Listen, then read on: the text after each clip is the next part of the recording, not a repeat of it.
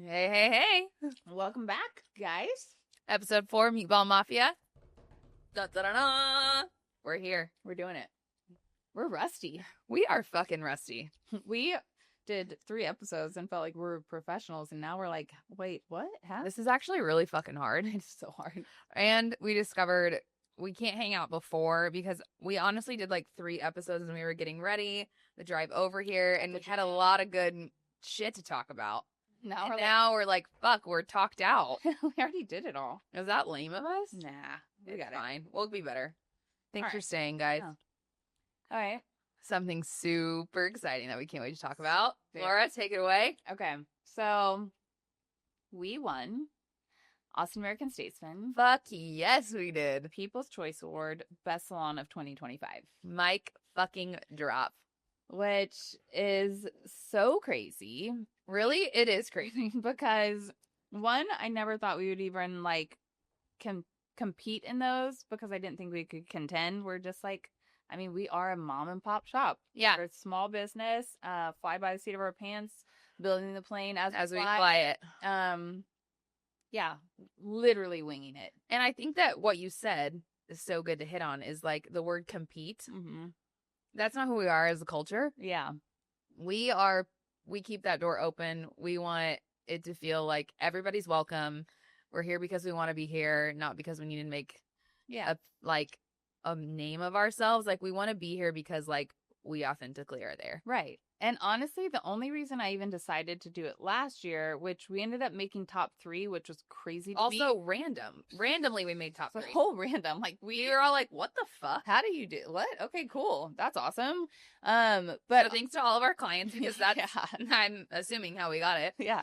But also the only reason I even did it is because I'm trying to help build business of younger stylists. Yeah. That's what we're trying to do.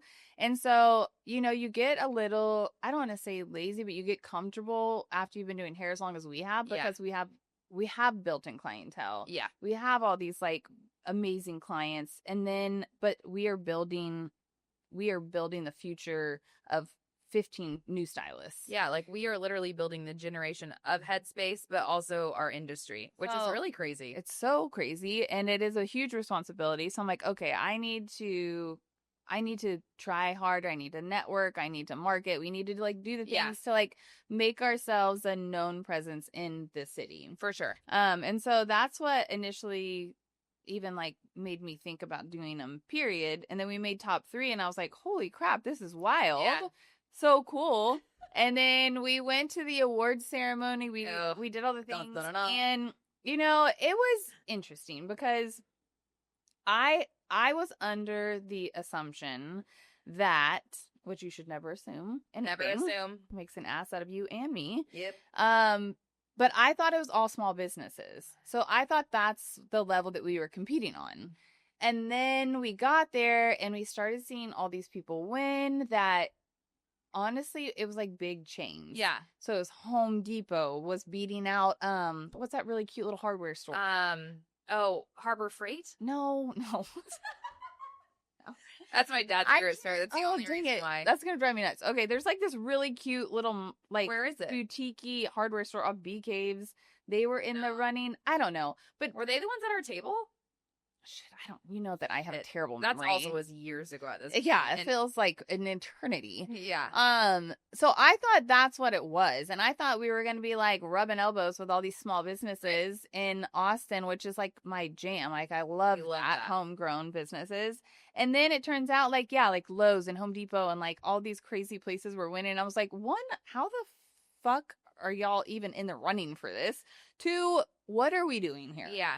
And then I was like, okay, and then we were going up against salons that have a way larger footprint. For sure. In the city. Also been open way longer than us. Multiple locations, massive clientele, massive employee, like just like a bigger base, bigger everything. Sure. So I was like, okay, they're not even like breaking this up by like the size of the business. Like we will never, ever win. We don't stand a chance.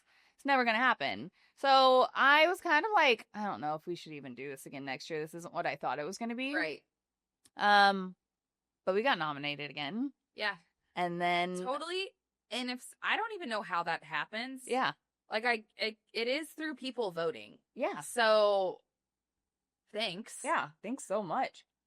And it's also just always an honor, I think, in that sense of just like, or like, oh fuck, like I feel like we've really worked super hard this past year on like our marketing, working with our social team, making sure that we're doing all the things on that end. So I'm like, it is working. It does work. Yeah. But then like I think we do have like we have like a beautiful clientele. Like I love our people. They're amazing. They're so cool. And ride or die for us.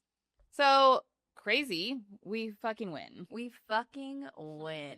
And like what I don't even know how to like dive into like a lot of this. So last year when we lost, it was kind of a shit show. It was. Katie and I unpacked a lot of trauma. For sure. I was kind of like, this is bullshit, dude. Like, what's the point of all of this? Yeah. We had a lot of feelings. A lot of feelings. Maybe one day we'll get into really where those transpired from. Yeah. But it was, I just think it was also a wild ride last year. We didn't know how to take it all. Yeah. So anyways, so we win. And then the best part about this is that we weren't even there. Like, I was in Portugal. Aaron is in Italy. Katie is driving back from drowning. Oh yeah, you were in New York. I had a 2-day stretch where I drove a car back. So we had like the opportunity, like you have to like buy a table and do these things to once you make it to the top 3, they let us know we were in the top 3. Yeah, like you can come buy a table or buy tickets to go to. So if you do win, you can be there to an accept award. And I was kind of like burnt out by like how it all transpired last year. So I was like, fuck that, dude. I'm not even doing it. We're never going to win. We're too small and we don't have like I just don't know that it's even possible. Right. Like how do you beat PF Chang's, you know? I mean, now we're in fucking top tier with PF Chang's. So we don't get tickets. We don't show up to the event. We just honestly kind of wrote them off, which I feel bad. They were so sweet. So sweet. Actually really fucking nice. I know. But then we fucking win. And I didn't also know, okay, so again, they're gone in Europe. I'm managing the salon by myself. I get this weird flyer in the mail and I'm like, this is totally fucking spam. It's like, says best of Austin. And then I like am finally getting to the point where I can check our emails. And I'm like, you're not going to fucking believe this, you guys. We actually fucking won. We fucking won. It's like 3 a.m. in Europe. And I'm like, I can't believe you guys are not awake now. I'm tripping out. This is fucking crazy. We won. I can't wait for you to wake up. Then Laura's sending me fucking DMs on Instagram. And I'm like, are you awake? Check your fucking phone. Messages. And so it was honestly, I feel like that was great. How that all transpired, I feel like this year was amazing. I'm so proud of us. I'm so proud of us too. We really did bust our asses. So I mean, and also people need to understand, like Austin has one of the highest amount of salons per amount of people in the country. Like it is so concentrated, which makes sense because we live in a city of creatives. Yeah. Nobody wants to work a 9 to 5 and all these things. So like it makes sense that we have as many salons. Yeah. So to win things like that, even if it doesn't feel like a big deal to some people, like it's crazy to us. It's a big deal. So, and the fact that we weren't even there to accept the award makes it like that much funnier. Like it honestly felt like we all are. Holy shit, that's amazing. And now I don't even know if I'll ever try again. Like I'm like, sweet, we won this year. Let's just see what happens. Hell yeah. We're going to go for the Chronicle next year. I just want one Chronicle win. Since I grew up here, I'm like, a Chronicle win would be so gangster to me. That would be really cool. Like, I would love that.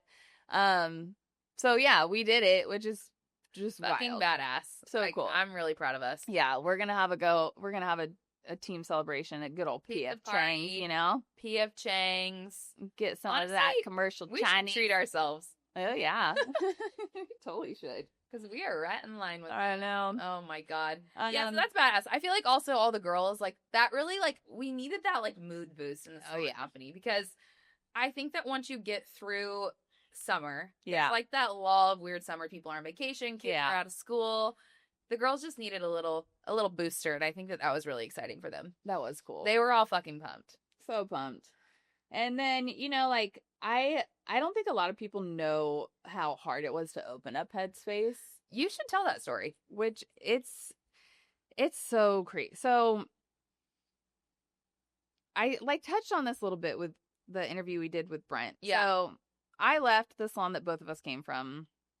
Wasn't a good fit for me anymore. I had just had Odin and just realized it wasn't a culture that like supported me as a new mom. Yeah. All of these things. Like I actually went into like early labor because I was just working myself to the bone. And I was like, I don't know that this is the life that I envisioned for myself when I chose this industry.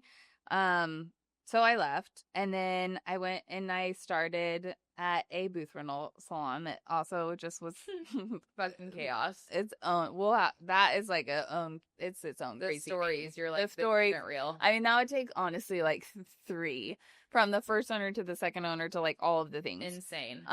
So anyways, like literally my second day of working there, I was like, I need to open my own business. And I come from a family of entrepreneurs. Like my whole family's in construction. They all have their own businesses. And like my dad is like one of my heroes. And he started his business. Sweet. He's, you know, shout out to Hank. Hank. He started his construction company, I think, when he was like 20 years old, maybe younger. He already really had my oldest sister. And so, anyways, it's in my blood. So I was like, I just need to do this. I was told I wasn't going to do it also by a former boss. So I was like, I'm fucking doing this shit. And when you tell Laura she can't do something, if you listen to our last episode, aka the mansion she booked, yeah, she's gonna fucking do it. She's gonna do it. I didn't even really want to do it, honestly, but I was like, fuck you, I'm doing it. I'm fucking doing it. Well, and so the space I was in was crazy. And I was like, dude, this is not going to fly. Like, I need to do this. I'm going to try. Yeah. So at that point, I think Odin was, I want to say he was like 8 or 9 months old. Yeah.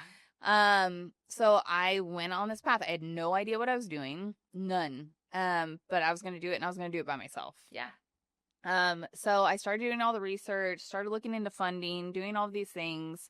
And at that time in Austin, the commercial real estate market was nuts. I mean, Austin was a boom town. So it was being flooded by all these people moving from California, New York, and opening these businesses.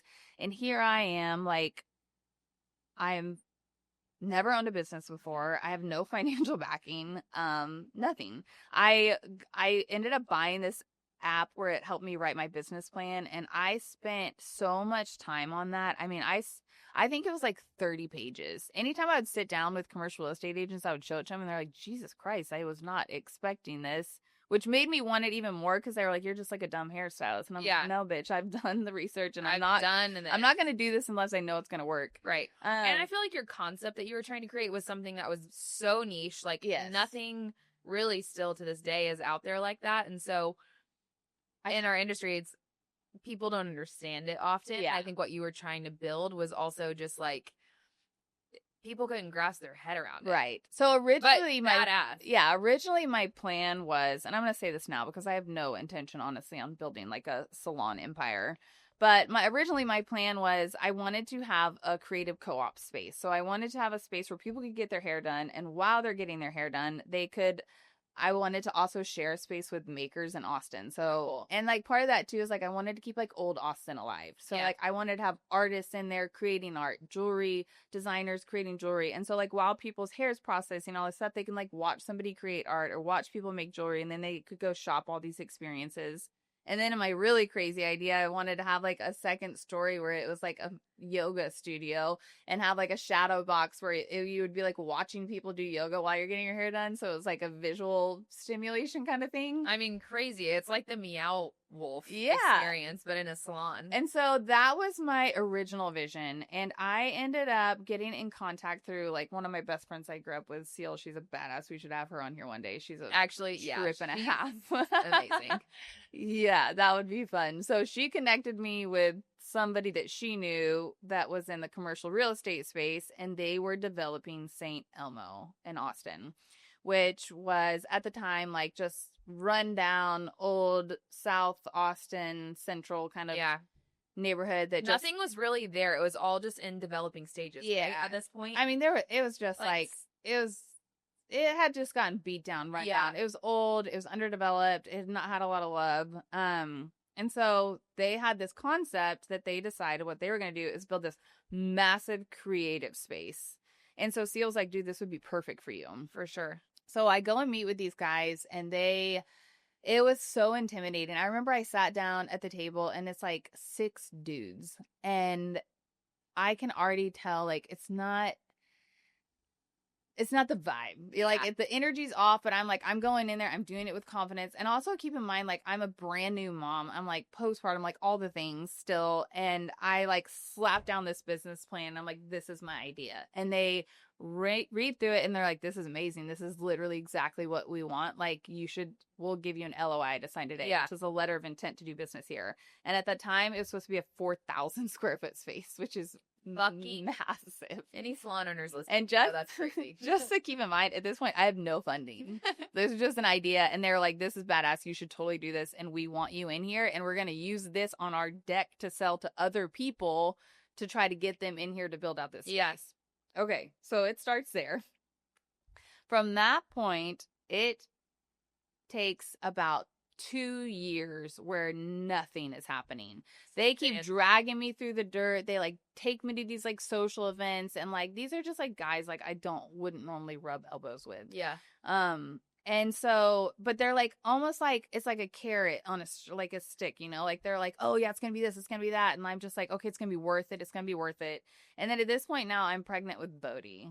So like 2 years has passed. Now I get pregnant with Bodhi, and I realize these guys are totally fucking with me, and I'm like, they have no idea what, like, not to say that they don't know what they're doing, but the whole concept of what they tried to start got so convoluted. Like different investors came in. There was like too many chiefs. And now there's not even, I mean, that area has gone through like 3+ owners, if not more. Well, and then on top of that, should I?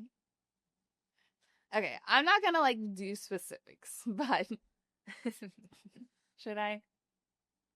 You can say what you want to say. Well, okay, so basically what had happened, without diving too much into it, because that's its own trauma. I think it's a part of your story, and I think that, yeah, say it. Okay. So, big part of your story and why we are where we are today. Okay, so when I left my original salon, the person that owned that place was like one of my idols. I looked up to them, like, they were just a big part of my life, a huge inspiration to me. When I left, it didn't go over well, and I wanted to reconnect when I decided to open up a space because I wanted their blessing.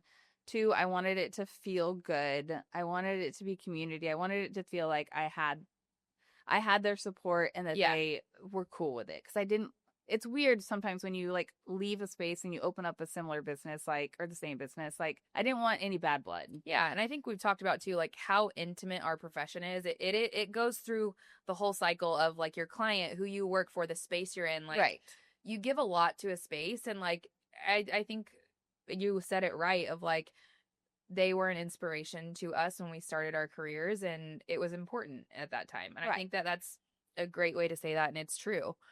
So we go out to lunch. I tell her the idea. I'm like, this is what I'm trying to create. This is the space I'm trying to create it in. Do you have any advice? Like, what can you, like, is there anything that you would suggest I do? And we leave the lunch and everything is good. They're like, yeah. She's like, totally. I'm so proud of you. This is going to be amazing. You should totally do it.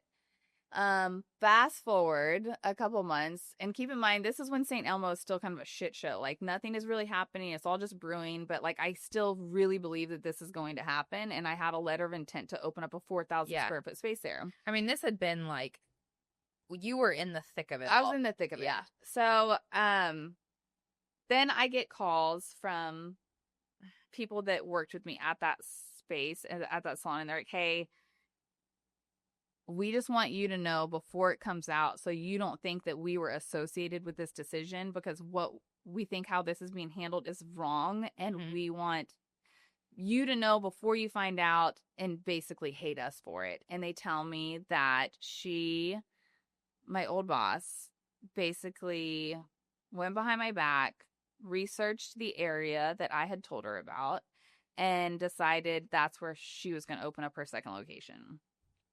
Which wouldn't be a big deal if, 1, it was communicated. Yeah. And 2, if it wasn't literally on the same block. And even if it was on the same block, like if it had been like, hey, I don't want this to get weird. Yeah. I have this opportunity. I know you told me about this. Like, let's work together. Well, I think ultimately it came down to having mutual respect of just like how you approached that conversation and what your goal was with that. Yeah. You felt like that was reciprocated, and then you felt like you were shit on. I felt completely shattered. I was pregnant, and now I'm like, okay, here I am. I'm pregnant. I'm trying to do this from the like grassroots, bootstrapping the whole thing. And now this person that's like extremely successful is going and doing it behind my back on the same block, and trying, like, it was just felt so gross and shady and awful. And like, I felt like my like hero had just like stabbed me in the back, and it felt so awful. It was like one of the worst things, honestly, that I've experienced professionally and honestly personally. Yeah. It was like, it was hard. It broke like me. A vulnerable moment. Owning a business, going through this, being a new mom, it's a vulnerable moment regardless. And like, that's really tough to have that happen to you in the space that you have been so excited for. Also that you were destined to do. Like, you are an entrepreneur at heart, like you said. I feel like obviously one way or another that was going to happen, and that sucked. It broke me. And then like the fact that it wasn't working out really well with the developers I was working at, and then I found that out, and I found it out, and the way I found out was really shitty. Yeah. And then when I confronted them about it, it got even worse, where it was like, well, basically what I was told is like, I'm not going to prevent myself from growing based on your dream. Like what was the words? It was like, she basically told me, don't be a victim, but also like grow up. You have to understand as a businesswoman now that I'm not going to stop myself from making these amazing opportunities for myself just because you hope you might open a salon one day, is what she told me. There were the words. And I was like, wow, dude, like I knew it was bad. I didn't realize that it was that shitty. And that was really just the nail in the coffin for me, where I was like, okay, well. At that point, did you feel like you were like, fuck this, I'm not doing it anymore? Or were you like, no. Oh, no. I'm fucking gas on. Oh, yeah. At that point, I mean, I was ready, raring to go. But it was tricky, I was pregnant too. And so I was like, fuck this, fuck you, fuck St. Elmo, fuck all of this. I'm out of this whole thing. I don't want any part of that. And now I just have to pivot, and I have to redirect and do something else. For sure. So from that point, then I was like on this massive hunt to find a different space, because I wanted to have nothing to do with that whole area, any of the people involved in it. And I had just one loss after the next. Like, it got so bad. Like, I kept losing spaces because I didn't have the money that a lot of these people did, too. Yeah. Like, me and Billy almost bought a property in Wimberley, and we were going to live in it and start a salon in Wimberley Town Square, which I am obsessed with Wimberley. It was a blessing in disguise. Yeah. That didn't work out either. That fell through. Like, we were the backup offer, and then we were told we were going to get it, and then we didn't get it, and it was like all these things. Chaos and all that. Then, besides that, so it took me 3 years to find the location we're at now. And the best part of this is, like, I toured so many places, and there was this place over off Pack Saddle that every time I passed it, I was like, God, dude, like, it was a total dump. Literally, it was 2 seconds away from being condemned. The whole back half of the building was falling down. It was a total shit show. And every time I pass it, though, I was like, originally I was like, it's too small for what I wanted to do. And then when I wanted to change all my ideas, I was like, it's too big for what I think I want now. Yeah. But I just kept coming back to it. I was like, I got to go check it out. And it was funny. I pulled into the parking lot, and some girl that I used to work with came across the street, and she was like, hey, I'm just going to tell you right now, I'm in this area. You don't want to be over here. She was like, it's nuts. Don't do it. And I was like, nah, I can handle it. Yeah. So anyways, I get the number of the guy that owns the building. His name's Bob. Oh, Bob. Shout out to Bob. Shout out to Bob. I get a hold of him. He's super short. He's like not even trying, like, from a guy that's like trying to like rent. He was like, I have no fucking time for your shenanigans. Like, what do you want? And I'm like, hey, Bob, like, I really do want to check out this building. Like, will you meet me up here?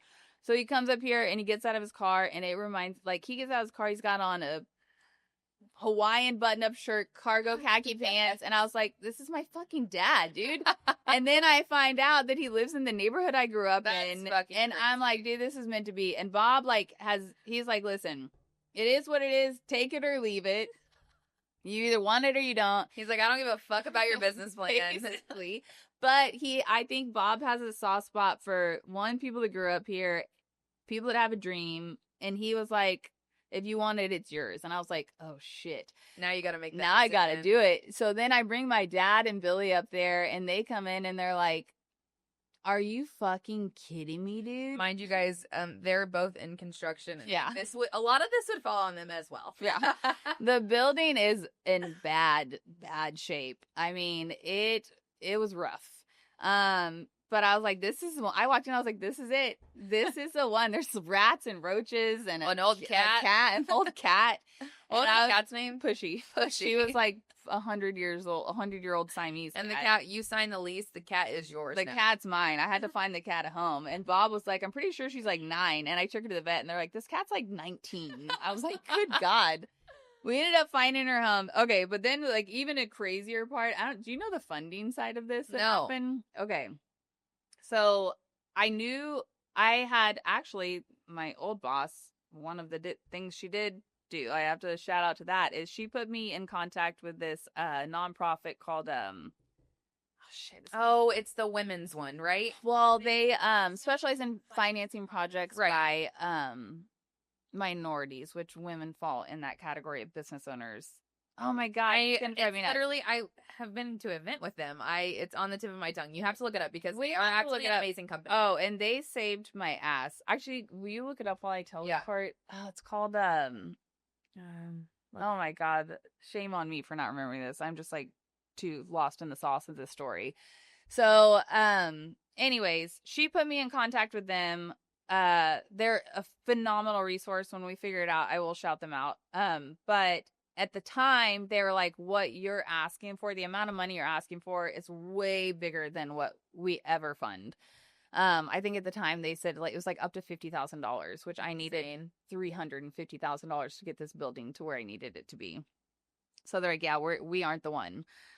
People fund. Yes, right? yeah, it is. People fund. Yeah. God, people fund. God, they are amazing. I wish I knew my loan officer's name too, because he was so badass. I loved him. But anyways, people fund. But they're like, hey, we can't do what you're looking to do, but good luck. Like, we'll help. If you need anything, like, they were really cool. They were great to me. They're like, we'll help you. We literally cannot fund this. And so I was like, shit, okay. So they're like, you should look into doing an SBA loan. So I found this like random bank in Michigan that was like, yeah, we'll do it. And so I started the process, and doing a SBA loan is a nightmare. It takes like 2 months to get approved. The paperwork that they need is unreal because it's like a government funded small business loan. But I finally get everything through. I'm like 3 weeks away from closing on this loan. And I tell Bob lets me sign a lease with no money. Okay, I'm like, we'll figure it out. He's like, we'll figure it out. And I'm like, but I'm going to get approved. We're here. And he's like, all right, you got it. He was like, if you just pay I can't even remember what it was, but anyways, so I'm like 3 weeks away from closing on this loan. And somehow my bank at the time, it was UFCU, the University Federal Credit Union. They get wind that I'm applying for a SBA loan. How? So maybe through like credit. Yeah. So anyways, their loan officer reaches out to me and he's like, hey, I am going to be heading up we just got approved to offer these loans. We heard you're applying for this loan. We would love for you to be one of our first loans. Oh my God. And so I'm like, shit, I don't know, dude. Like, I'm so close to finishing out over here. But in my head, I'm like, I know that it would make sense for me to do it with my bank so that I can build that relationship with them. Because then, I don't know. In my mind, I was like, I need to have a great relationship with them so that in the future, if I want to open up 100 of these, they're my guy. Yeah. So I ended up shutting down the loan process with this bank, restarting it with my credit union, and we're going through everything. And they're like, okay, so here's the thing. Since we're just newly into the SBA thing, we can't do, this would be really a startup company. But since you've already been doing hair for this long, we're going to call it an expansion. Okay. And they're like, it should be good. So I'm like, whatever, y'all. Y'all are the expert. Oh, like, y'all do it. So they start everything. They get everything going. And I remember it was like a week before I was supposed to start my lease. I was dropping Odin off, I think, or Bodie. I can't remember. I was dropping the kids off at Habibi's. And my loan officer is calling me. And I'm like, shit, I got to pick this up. So I drop them off, run after my car. I'm like, hey, what's going on? They're like, I don't even know how to tell you this. No. I'm so sorry. Underwriting is saying no. And I'm like, what the fuck? And they're like, underwriting is saying no because they're not getting past the point that this is a new business and it's a startup and we're not supposed to do those yet. And I was like, dude, I fucking have, my landlord has been holding off. My dad is holding off construction crews. Like, there was like this perfect storm. Yeah. This was also, you're like, this has to work. And I also moved mountains for this. And he's like, there's nothing I could do. I begged them and they're not doing it. I hang up the phone and start bawling. Yeah. Bawling. And I'm like, I just ruined my life. And now I need to tell Bob it's not going to happen. He's held onto this building for 2 months for me for nothing. And I'm freaking out. And then my loan officer, it was like the president of UFC. Somebody reached out to me and they're like, listen, we fucked up. We recognize we fucked up. I'm good friends with the people at People Fund. I'm going to put in a word for you. I know you already have a relationship with them. I'm going to do everything I can to help this happen. Even if we don't do it. People Fund comes out and like, they were such badasses. They had never processed a loan the way that they had for me for that amount of money. And they were basically like, we're going to use our own money to fund this. Wow. Do not fuck this up. Yeah. They were like, we've never done it before. We've never done this much money before, but we're doing it because we know you. We know your story. We're gunning for you. We know all the trouble you've had trying to get this. Like, we want this to happen. Wow. We're going to fucking do it. And they closed the loan in like 7 days. That's fucking. It was unreal. So they did it. We get the money, and then we have to start the build out. Dun, dun, dun. And the city of Austin loves to claim that they support small business. They make it impossible. They make you jump through hoops so gnarly and so out of control that it drags things out. I mean, I remember Dan's across the street was trying to open their little burger spot, and they were there for like 2 years before they finally got all the permitting done. Thank God my dad knows a lot of people in that world. Yeah. He made a lot of shit pass. But the inspector, it's so corrupt, dude. Like, people get gifts under the table. There's so much shady business that happens with permitting. And I was usually there for all of it. And I'm like, I'm not trying to toot my own horn, but I'm pretty good at making Girls never got a speeding ticket. Yeah. I can fucking swindle. I don't want to say swindle, but I can sweet talk my way. She bats her 6-inch eyelashes and she gets I'm out like, a lot. John, come on, bro. Do we really? You're a people person. Do we really need that sign there? Like, I promise I'll get it for you. Just hand me over that permit. And we were really good up until the last, like, a week before we were supposed to, like, get our final permit to open. And keep in mind, I've already hired people. People are leaving their businesses to come work for me, all these things.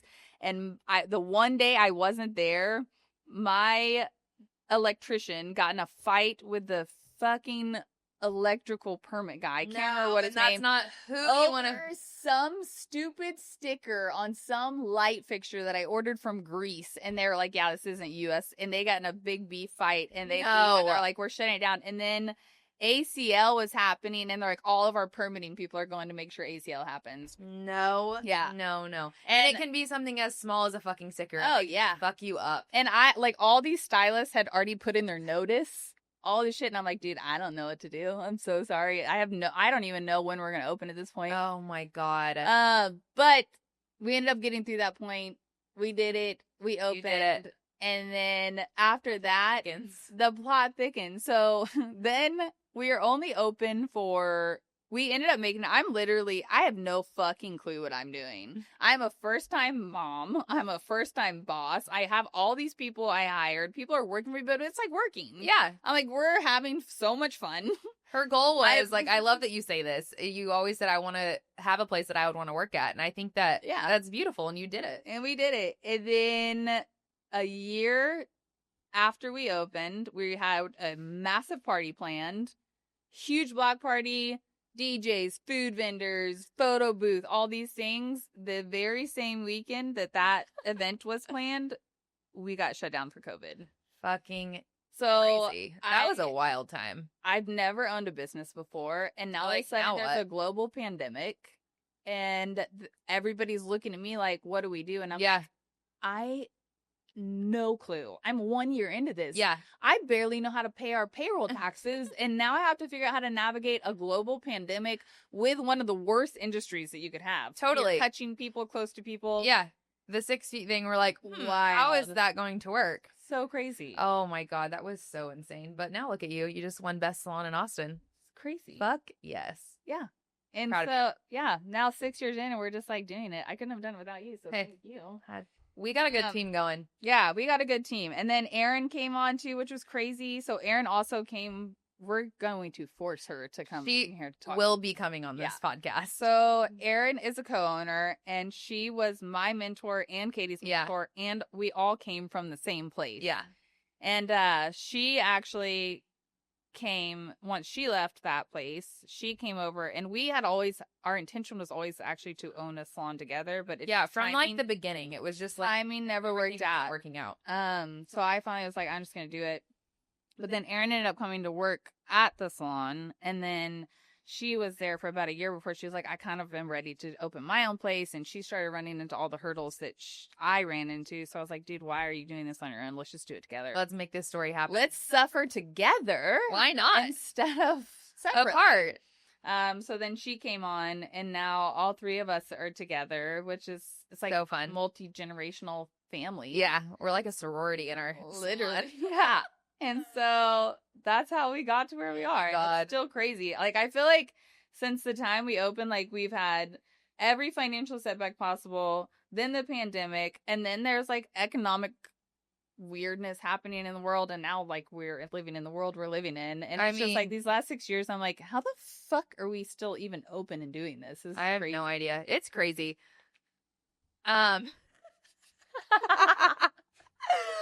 Yeah, I think that opening a salon is just nuts. Hang on. All right, we're back. Sorry, we had to take a quick intermission. She's got a bladder of a goldfish. It's terrible. Y'all. But it is what it is. It is what it is. Okay, so back to our trio. Yeah. Erin is responsible for us. Yes. The funniest part about it, and I can't wait for her to tell her side. The eldest vampire. She really is, and she's stuck with us for life, and she never thought she would have that. Yeah. It's amazing, but I always say this, and I stand by this. She made me who I am today, and I'm like, genuinely, I wouldn't be where I am without her. Oh, 100%. She's incredible. Yeah, 100%. Can you imagine if I didn't have Erin as an influencer? She would, I don't know where the world wouldn't be ready. I would have had zero filter. I mean, I already don't, but I feel like Erin really instilled a sort of professionalism in me that, well, I say that. Listen, it's hard to explain, but I remember when I started working for her, she was so professional, and she was younger than me. Yeah. And I was like, holy shit, she's taking this very seriously. And I definitely was like one of those hairstyle, like I was like party girl. Yeah. I was kind of wild, and I was doing this because it was like anti, college. Yeah, all of the things. And then I started working for Erin, and I was like, oh, she's like very serious, but in a good way. And I was like, she's actually like, this is a career. Yeah. We learned the difference between a hobby hairstylist and a career hairstylist with her. I was like, majorly influenced me. Holy shit. Yeah. My parents have never been happier. They tell Erin they saved my life. Her and her husband. I mean, truly, they actually love Erin more than they love me. That's fair. Especially Big John. He's like, hey. He calls Chris, her husband, Scooter. And he's like, you and Scooter really just did the Lord's work here. Yeah, well. God. Well, now look at us. God bless them. Yeah, I definitely would not be where I am without Erin. And I feel like we say it all the time, but I don't think she actually believes us. No. And like, she really is like incredibly influential on who I am professionally, for sure. I agree. Thank you, Erin. We're going to force her to come on here and talk to all of you, everybody, but she's going to hate every second of it, but but she'll get into it. Yeah. And I think for all of us, when coming together, it's cool. We like all collectively believe that like we're here to like make this as best as we can for everyone that works for us. And I don't know, we want everyone to grow and be better than us and do whatever the fuck they want to do and become successful. Totally. Well, so that's kind of that story. Yeah. And I think we should touch on how you ended up with us, which is so funny because I actually didn't get to work with Katie. No, we crossed paths never working together, but I like babysat your kids. You were living with Aaron. I was living with Aaron, which is so fucking crazy. I think we've told the story of the wedding, which was hilarious. So I always knew Laura as this like anomaly of a human being who was just this badass hairstylist. Everyone loved her. Like, I mean, everyone was always talking about Laura at the salon, and I'm like, who is this individual? I need to be close with her. We go to Garth Brooks. I'm a teeny bopper associate. I had the best fucking night of my life. And then shit hit the fan with all of that. And I'm like, she fucking hates me. She's never going to talk to me ever again. Well, she's like with everything that went down with our old place. Yes. I kind of like everybody that was there. I was like, thought that. Yeah. It just felt like Yeah, it was just. I just disassociated. You had to separate yourself. I can't be a part of this anymore. Which is totally understandable. And then, it was time for me to make some changes. I had thought about opening up my own space, and then you just hear a lot. I was a salon consultant for 3 years, and so being in that world, I'm like, I don't actually think I want to do this alone. So I call up Aaron, and I'm like, can I have a job? I want to work for y'all. Like, let's have a meeting. We sit down, a table very similar to this in our break room, and I'm like, all right, I want to work here, and this is what I want to do. This is what I can bring to the table. And they're all like, cool, great, let's do it. And then lo and behold, I ended up starting a few days earlier than expected, but that's here nor there. We don't need to get into that. Well, what was funny too is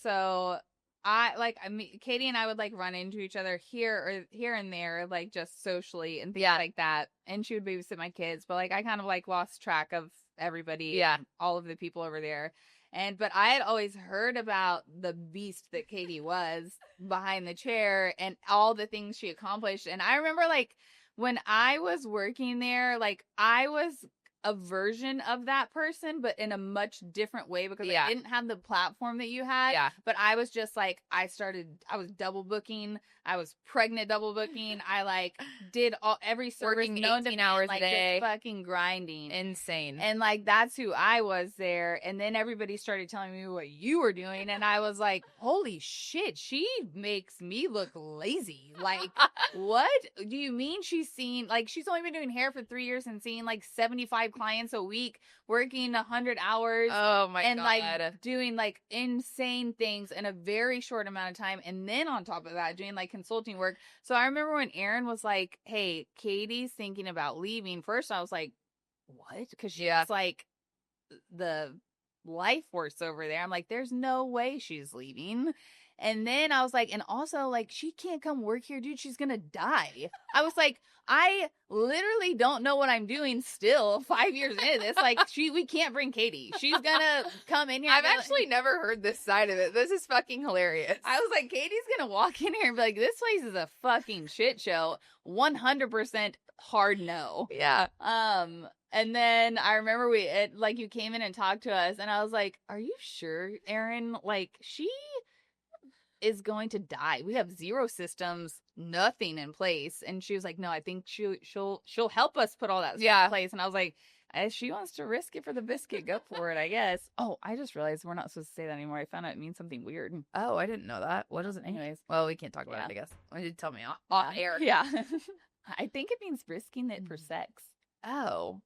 Well, that's annoying because I love saying risk it for the biscuit. All the time. We say it all the time. Whatever, we're just going to say it. Anyways. We don't mean it that way, you guys. Yeah, so, I mean, I had only been at one salon company my whole career, and it's a well-oiled machine. Like, there were so many systems in place. I thrive off a system. Numbers are my jam. I was just saying on the way over here, I'm like, my brain is, like, constantly a marker board, and I am, like, mapping out my life in a math equation, and everything's following. I can make decisions. I can do all that shit quickly. And I'm like, it's going to work or it's not going to work. But most of the time, I'm like, we can figure this out, and we're going to make it work for us. So Headspace was like a new adventure for me. That was very generous. I was like, only these two women could take me on. Because that was the other thing, finding a new space that, like, would take me on as a person. Because Yeah. I'm a big personality. I got a lot to say. And, yeah, I'm a big person. You take up space. I take up space. I'm loud. I see 3 clients at the same time. Yeah, there's just a lot happening with me, but I always say, I'm like, it's controlled chaos in the best way. So that also had to be a perfect fit of like what space can accept me and what I'm going to continue to do, because it's just how I work. I don't know how else to explain it. Like when I'm telling people how I work, like not to mean this in like a weird egotistical way. I just make shit happen, and I can do a lot in the span that I can do one thing. Mm-hmm. So that was important to me. And I was like, also, I feel like I need to make Aaron and I's relationship, we have been very close. I wasn't really close with Laura anymore. So I was like, I also want to make sure she's comfortable with it. That was my whole thing with that. I'm like, is Laura sure? That's what I was saying to Aaron. And also Kim. I'm like, are they sure? And they're like, everyone's sure.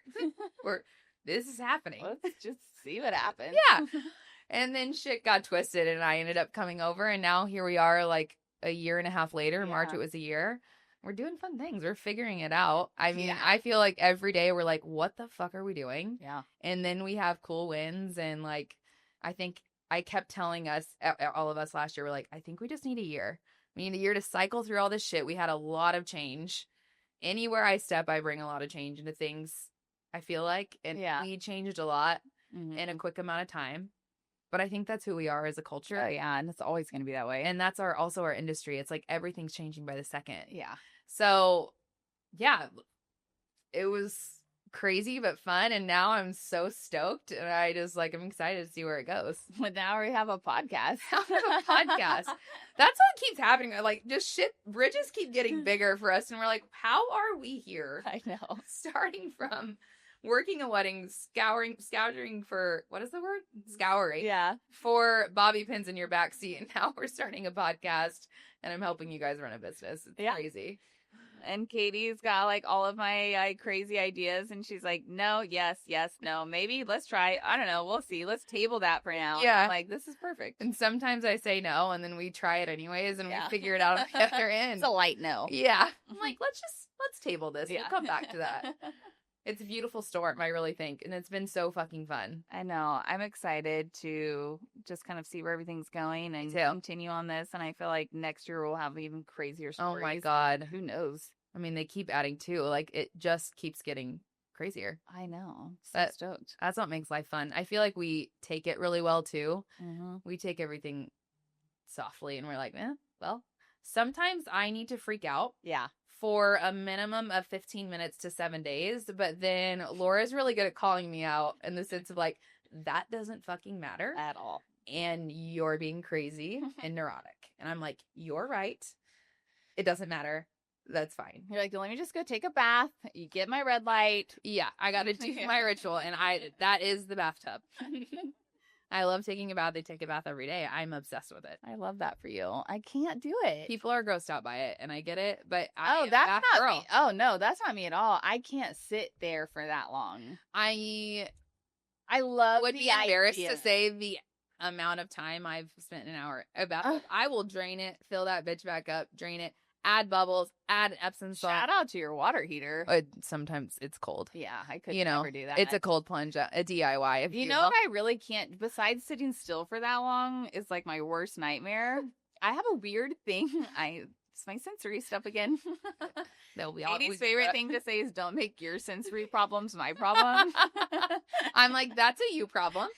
I understand, but don't put that shit on me. I don't like my feet being submerged in warm water for that long. Oh, well, okay. I don't like the way they feel, and then I get hot, and then I get uncomfortable. Well, this is really interesting.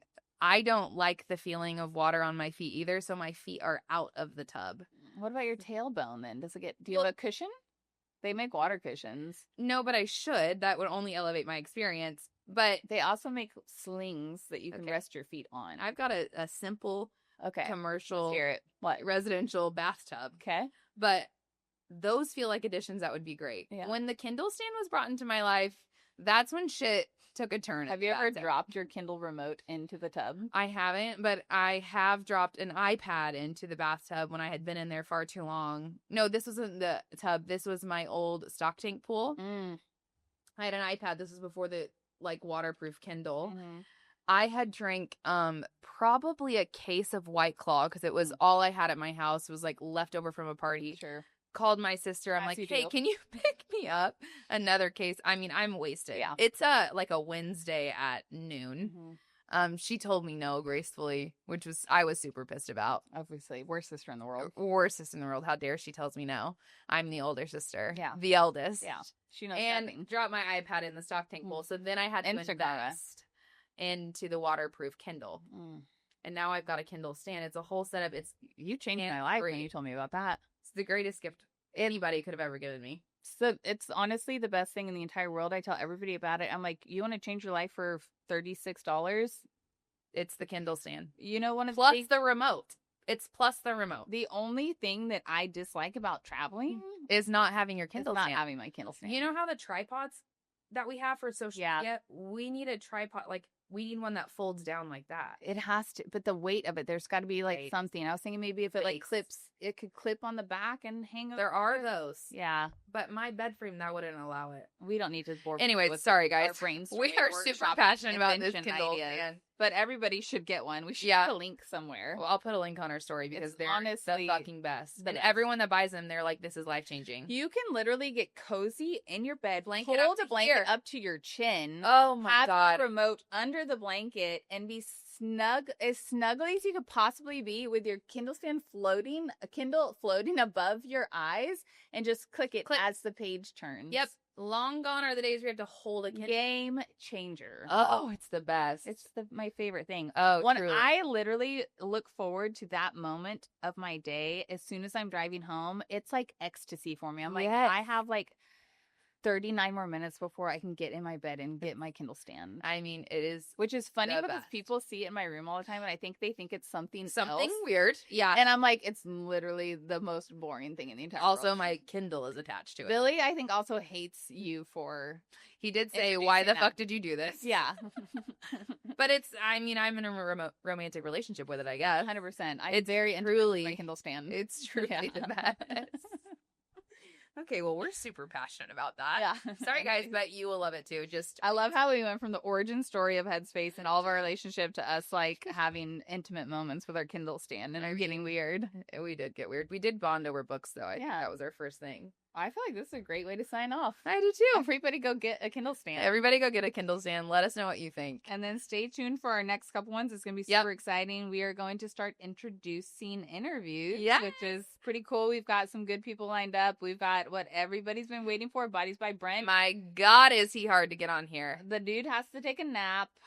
We're never going to let him live it down. It's all right. He is our manager at the end of the day. Very good at setting boundaries. He really is. I'm proud of him. Yeah. So honestly, I need to learn. We got him on the books. He's going to come. We're going to ask him all the questions. And then we have Snowy Rodeo, who is our resident tarot card psychic medium reader. Yeah.